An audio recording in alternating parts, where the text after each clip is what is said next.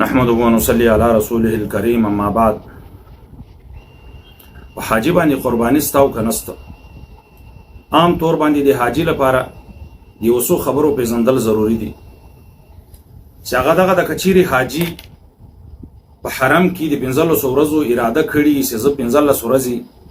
په دې حرم کې اوسم او دغه 15 ورځې اقامت اراده دی وکي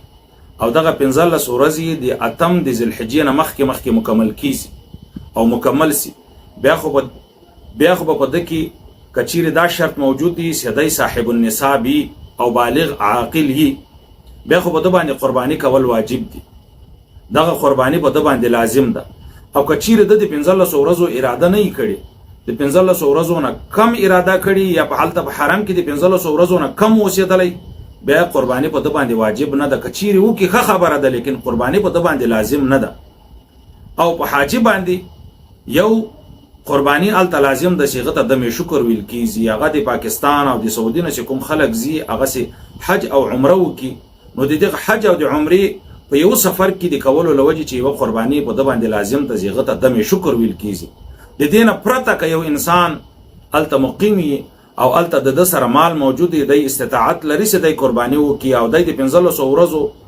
اراده وکي او د 15 ورځې ال توسي د 15 ورځو نه زیات وسیږي او هغه دغه 15 ورځې د اتم د ذوالحجې نه مخکې مکمل سي نو بیا په د باندې د دومره قربانی لازم ده او د دومره قربانی دغه علالول ترمینا پورې ضروری نه دي چې د بخامه په مینا کې علاله یا ولا قربانی چې هغه د حج ولا قربانی ده هغه د شکر ویل کیږي هغه په مینا کې لازم ده چې د مینا په حدودو کې اندر علاله او د دومره قربانی چې دغه د لوی اختر والا قربانی ده دغه لازم نه ده چې د په مینا کې علاله کې دا کته په کوم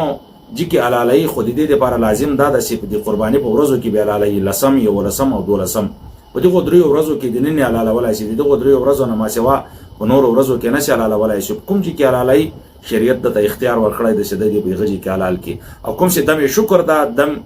د حج ده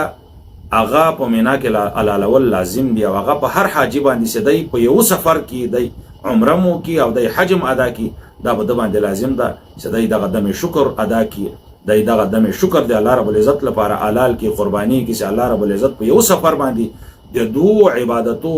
الله رب العزت د توفیق ورکویا نو د دم شکر ویل کیږي